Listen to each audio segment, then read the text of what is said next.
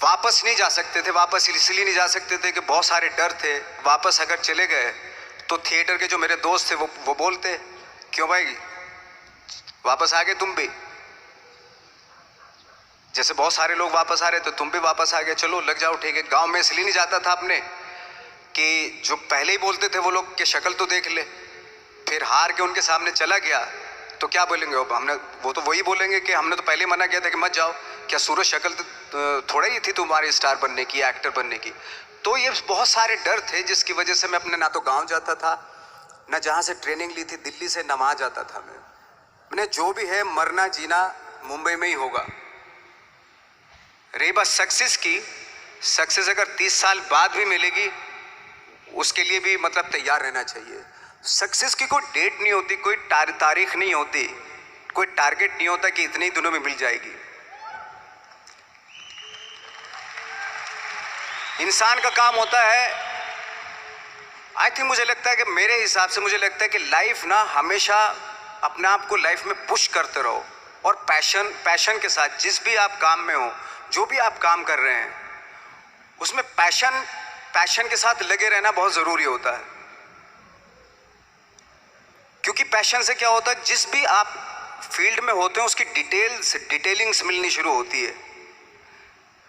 जैसे जब आप समंदर में देखते हैं, समंदर की जब गोता मारते हैं नीचे जाते हैं तो आपको एक धीरे धीरे बहुत कुछ दिखाई देना शुरू। ऐसी आपका भी फील्ड है, कोई भी हर फील्ड ऐसा ही होता है, उसमें असीम संभावनाएं होती हैं, इतनी पॉसिबिलिटीज होती है कि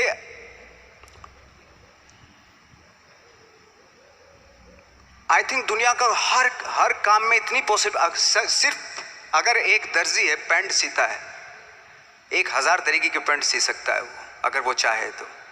अगर उसने नहीं चाहा तो वो जो ट्रेंड चला रहा है वही सीता जाएगा। लेकिन अगर उसने चाह लिया कि मैं ऐसा कुछ करता हूं तो 1000 तरीके के पैंट उसी में 1000 तरीके की सी देगा वो पैंट। ऐसे हर फील्ड में पॉसिबिलिटीज बहुत होती हैं और एक परफेक्शन होता है। फॉर एग्जाम्पल जैसे हम लोगों ने ट्रेनिंग इसलिए ली कि परफेक्शन आ जाए अपने काम में।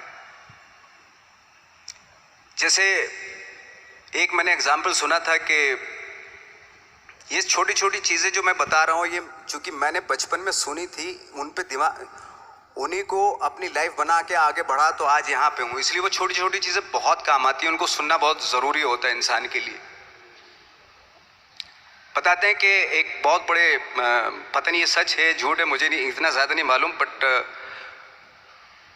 कोई बहुत बड़े इंसान हुए लेकिन वो पहले मौची थे, जूता सीते थे। लेकिन जूता जहाँ से सीते थे ना वहाँ से कभी फटता नहीं था। वो भले दूसरी जगह से फट जाए लेकिन वहाँ से नहीं फटता था, क्योंकि उसका पैशन था जूता सीना। काम भले वो है वो, लेकिन उस काम में भी उनका पैशन है। तो इसी वजह से वो इतने पॉपुलर होते चले गए कि यार जूता फट गया लेकिन सिलवाना वहीं जाके है, क्योंकि वहाँ अगर उन्होंने सी दिया वहाँ पे जिंदगी भर वहाँ से जूता नहीं फटेगा। तो छोटी छोटी चीज़ों में ये जो परफेक्शन, पैशन, ये सारी चीज़ें होती है जो आपका आगे बढ़ाती हैं, बहुत आगे ले जाती हैं। लेकिन उसके वही है, कुछ चीज़ों का होना वाकई बहुत ज़रूरी होता है।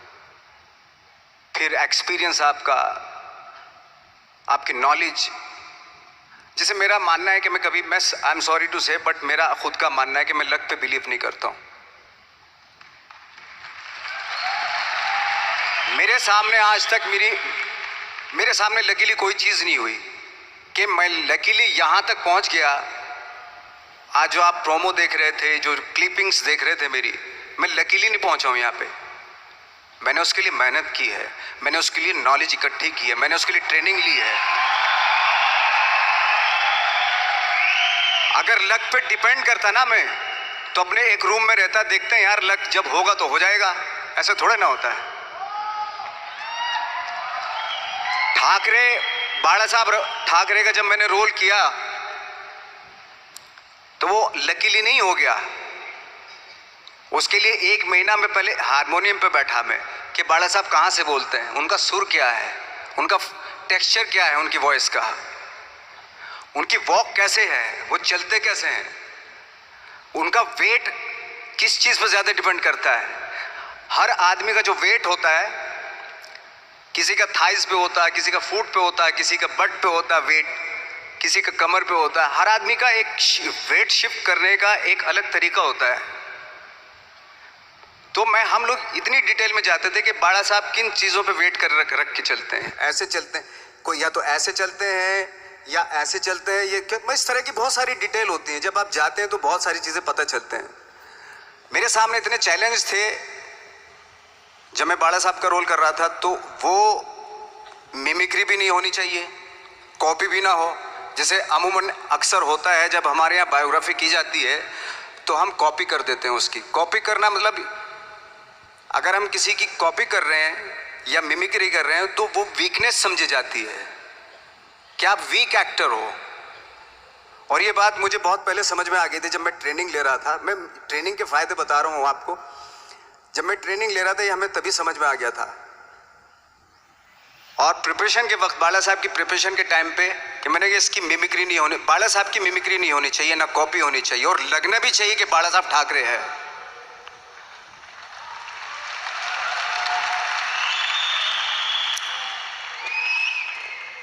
क्योंकि चैलेंज ये था कि हजारों लाखों वीडियोस हैं बाला साहब ठाकरे के, हर आदमी ने देखे हुए हैं, सब ने देखे कि बाला साहब कैसे बोलते हैं, कैसे हाथ को ऐसे ले जाते हैं। एक बार ये हुआ था कि मैं जब इसकी शूटिंग कर रहा था, ठाकरे मूवी की शूटिंग कर रहा था मैं, तो उद्धव साहब ठाकरे जो है वहाँ पे आ गए थे, वैनिटी में बैठे थे मेरे सामने। तो मेरा हाथ ऐसे था, इट्स लाइक दैट। तो बोले आपने हाथ ये ऐसे क्यों रखा हुआ है? मैंने उनका हमेशा ऐसे ही रहता था हाथ। तो और यही वो क्या होता था, वो सिगार पीते थे, और सिगार ऐसे पिया जाता है कुछ ऐसे, और इसलिए उनका हाथ हमेशा नॉर्मली भी रहता था तो ऐसे रहता था। और यहीं से जब स्पीच देते थे यहीं से ये जाता था, जो उनका सिग्नेचर वो